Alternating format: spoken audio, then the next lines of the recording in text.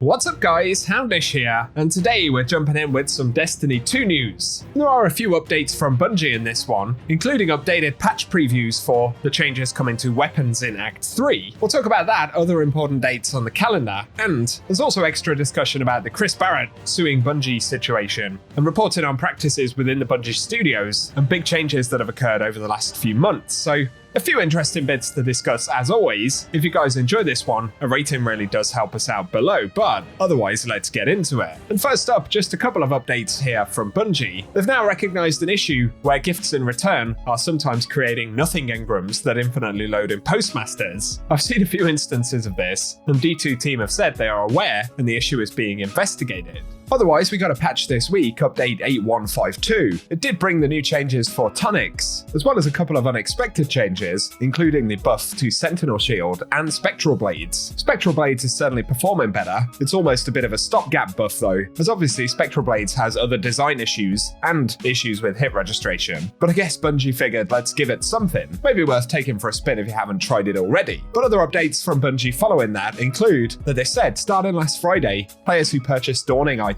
that were higher priced than intended have been reimbursed their overspent silver while keeping the item purchased. So upon login, affected players will receive an in-game message that shares the information. On top of that though, Bungie said due to an issue, we've auto-completed the Splat seasonal challenge for all players. And that was a challenge to get kills with Sparrows in Vanguard Ops, Crucible, or Gambit. And that objective is either fun or annoying, depending on how you feel about it. The only awkward thing is, strangely enough, there is no way to use a Sparrow in Gambit and no Crucible modes that support Sparrows available right now. So a lot of the options to actually complete that challenge weren't even possible, which is a pretty bizarre oversight right there on the design of that challenge. In just a moment, we'll talk about extra insights from Bungie regarding weapon changes that we'll see in the Act 3 update for the game. But firstly, Bungie League shared some Revenant Act 3 info, especially regarding the Kel's Fall exotic mission. We've known about this mission for a while, but a mild spoiler alert is necessary right here. And they say the description reads, Assault Fickrel's Revenant Fortress and as Mithrax's Slayer Baron represent House of Light in a duel to determine the Kell of Kells. And in summary, there seems to be multiple versions of this mission, each with an accompanying expert mode. These versions are Distortion, Diffraction, and Reflection. And of course, they're probably linked to the various upgrades for the exotic shotgun that we'll see. And there'll be 3 key bosses, according to this post: Rexis Van, the Hangman, the Scorned Organist, and Fickrel, the Fanatic.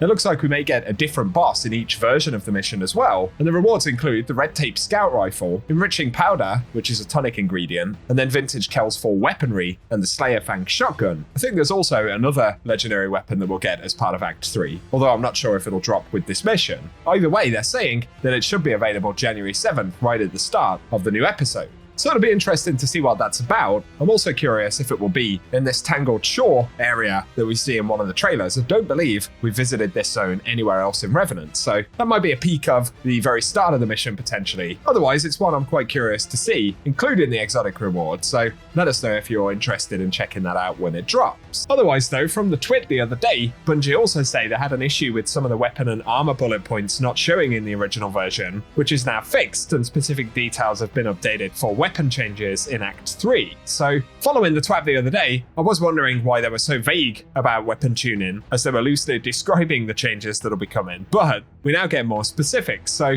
for a quick rundown, Bungie are given a small buff to heavy burst sidearms, increasing body shot damage from 30 to 33, and crit damage from 48 to 52.8. They're also increasing magazine size on SMGs by around 10%. Then for rapid fire auto rifles, they're increasing body shot damage from 13.5 to 13.6, and crit damage from 23 to 23.1. That's mainly to affect time to kill based on resilience. Otherwise, for pulse rifles, high impacts are seeing a bit of a nerf. They're reducing body shot damage from 22 to 21.5, and crit damage from 39.6 to 38.7, as well as a decrease to range via the ADS scaler. And for lightweight pulse rifles, they're increasing body shot damage from 17 to 20.4, and crit damage from 31.45 to 31.6. Plus, for precision hand cannons, the intrinsic hand cannon frame now reduces your ADS movement speed penalty by 10. And lightweight scouts will see increased body shot damage from 32 to to 38 and crit damage from 64 to 64.5. And interestingly, they'll activate Skulking Wolf in PvE now, and it will make enemies slightly less accurate in targeting you when active. And they say the effect is similar to Manticore, so that is quite interesting. And for target lock, they're basically making the perk a bit less effective on SMGs. Of course, they also announced that they're reverting the Graviton Lance rate of fire to 300, and for Malfeasance, they've added the remaining intrinsic effects from the Precision Hand Cannon perk, including accuracy bonuses and the movement speed penalty, so that'll be an improvement for Malfeasance as well. Good to now get specifics on those weapon changes, and I think Bungie said they will drop in Act 3 a week after the initial launch on the 14th of January.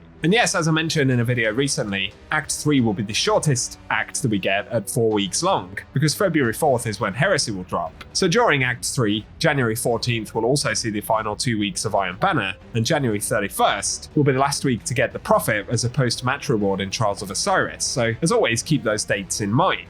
A final bit of discussion right here. As we mentioned last week, Chris Barrett, one of the former game directors for multiple titles at Bungie, including Destiny, is attempting to sue Bungie. According to Destiny Bulletin, the total actually comes to 200 million in damages. Part of that is money that he should have been paid through his employment contract, but a significant amount of it, it turns out, are extra damages. But following on from that, the game post shared, former Bungie legal executive reveals the studio hired fans to save money as they would work for less, which is interesting. So Don McGowan, who previously worked for Bungie on the legal team, spoke in a podcast recently, and according to McGowan, Bungie often leveraged its fans' passion for its games at a cost-saving strategy. The studio's hiring approach, he explained, included targeting dedicated players who would accept lower wages simply for the chance to work on something they loved. And he quoted, with gaming companies, one of the things that they could get away with is low pay because you're working at a game you love. And we totally took advantage of that at Bungie, where we hired fans because they would work for less, which is certainly interesting. Plus, he additionally spoke about unionization in the games industry and said, when I was at Bungie, there were discussions of unionization there. So my employment lawyer was in a meeting and somebody said, do you think you and Don could do a presentation for us on unions? She came and told me this and I was like, how did you answer that? And she said, well, my answer was, I don't think that you want the company's head lawyer telling you about unionization because he's probably got some positions that the company requires him to hold. And he explained a common tactic within the games industry of promoting potential organizers of unions within companies to diffuse momentum by altering the organizer's role. And he said you promote potential organizers out of being able to organize. Once you give them people who report to them, they're no longer part of the bargaining unit, which is certainly interesting, and it seems these practices have definitely taken place within Bungie. But he mentioned additionally that during his time at Bungie, the company had approximately 1,600 employees. And earlier this year, Pete Parsons confirmed that they now have around 850 team members building Destiny and Marathon, which is a workforce reduction of nearly 47% within just 1 year. So some interesting insights there, given these conversations and the recent news about Chris Barrett, plus any other potential revelations with Bungie and Sony's relationship in the next couple of months. It certainly puts Bungie's business under the microscope, so to speak. None of it sounds really that surprising to me though. You'll have to give me your thoughts down below.